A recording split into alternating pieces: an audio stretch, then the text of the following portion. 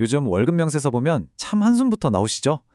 세금은 꼬박꼬박 떼가고 부업으로 번 돈은 정산하기 복잡하고 거기다 매달 피하기 힘든 신용카드 할부금까지 우리 지갑 사정이 예전과는 비교도 안 되게 복잡해졌잖아요.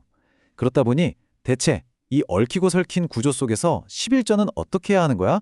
하고 막막하실 때가 정말 많으실 겁니다. 그래서 오늘은 개혁주의와 청교도적인 관점이 담긴 자료를 바탕으로 이 골치 아픈 주제의 뼈대를 아주 속 시원하게 정리해드리겠습니다. 아마 다들 한 번쯤은 이런 현실적인 고민 해보셨을 거예요. 잠깐, 세전 총수입 기준인가? 아니면 세금 다 떼고 내 통장에 찍힌 실수령의 기준인가? 또 당장 갚아야 할 은행 대출이 산더미인데 일단 급한 불부터 끄고 남은 돈에서 11조를 떼어야 하나? 맞습니다. 정말 치열하고 현실적인 수학적 딜레마죠. 오늘 바로 이 부분들을 아주 구체적으로 풀어볼 겁니다. 오늘 살펴볼 해설의 순서입니다. 1번, 11조의 본질적 원리. 2번, 가장 궁금해하실 현대적 산정 기준. 3번, 실천 지침. 그리고 마지막 4번, 올바른 마음가짐. 이렇게 4가지 핵심만 빠르게 짚고 넘어가겠습니다. 첫 번째 순서, 11조의 신학적 토대이자 본질적 원리입니다. 우리가 흔히 11조를 생각할 때 구약시대의 무슨 강제적인 세금이나 율법적인 족쇄처럼 오해하는 경우가 꽤 있어요. 하지만 청교도들은 이걸 완전히 다른 시각으로 봤습니다. 바로 천열말을 구별하는 행위로 본 거죠. 억지로 세금 내든 내는 게 아니라 내 모든 소유가 사실은 다 하나님의 것입니다. 라는 진심 어린 신앙 고백이자 내 삶의 최우선 순위가 하나님이라는 걸 증명하는 기쁨의 표현인 겁니다. 이 천열매라는 개념, 이게 앞으로 나올 모든 복잡한 계산법을 푸는 마스터키가 되니까 꼭 기억해 두세요. 자, 그럼 가장 많은 분들이 기다리셨을 두 번째 파트, 바로 현대적 산정 기준으로 본격적으로 들어가 보겠습니다. 이게 진짜 뜨거운 감자죠. 실수령액이냐, 총수입이냐. 오늘 다루는 개혁주의적 관점의 자료에서는 단호하게 세전 총수입을 기준으로 삼을 것을 권장하고 있습니다. 좀 부담스러우신가요? 하지만 이유가 명확합니다. 이건 국가에 세금을 내는 국민으로서의 의무보다 하나님께 드리는 예물을 내 삶의 1순위로 두겠다는 아주 강력한 신앙적 고백이 담겨 있기 때문이에요.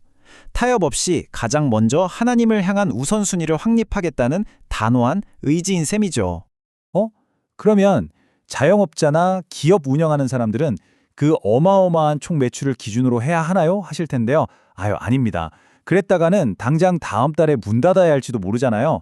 그래서 비즈니스를 운영하는 경우에는 당연한 예외가 적용됩니다.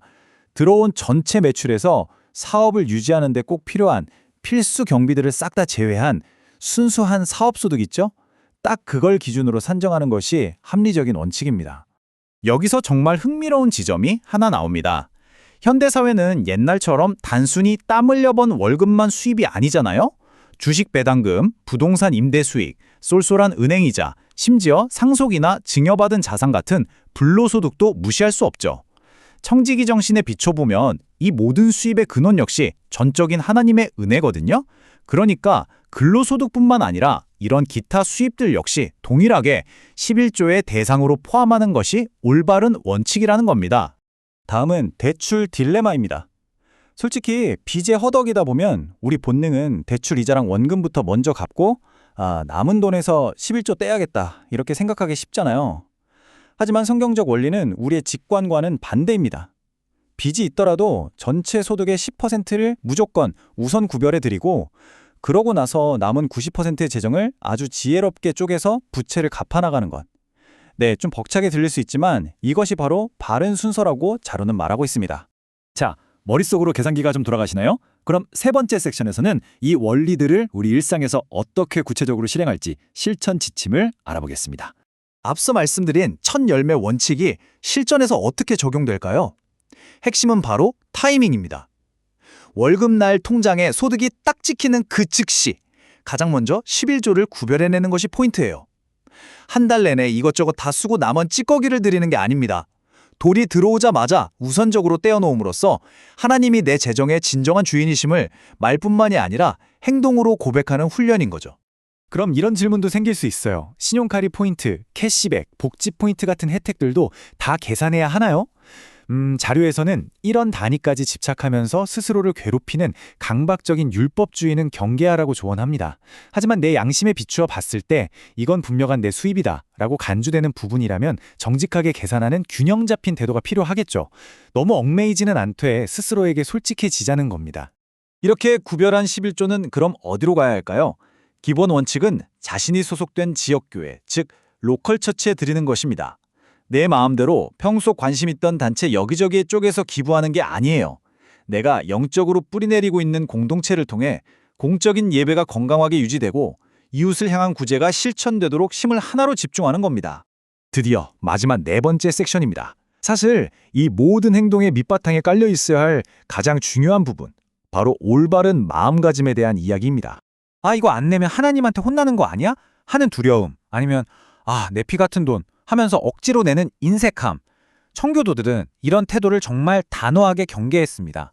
11조는 나를 먹이시고 입히시는 하나님의 은혜에 대한 자발적이고 기쁜 응답이어야 하거든요.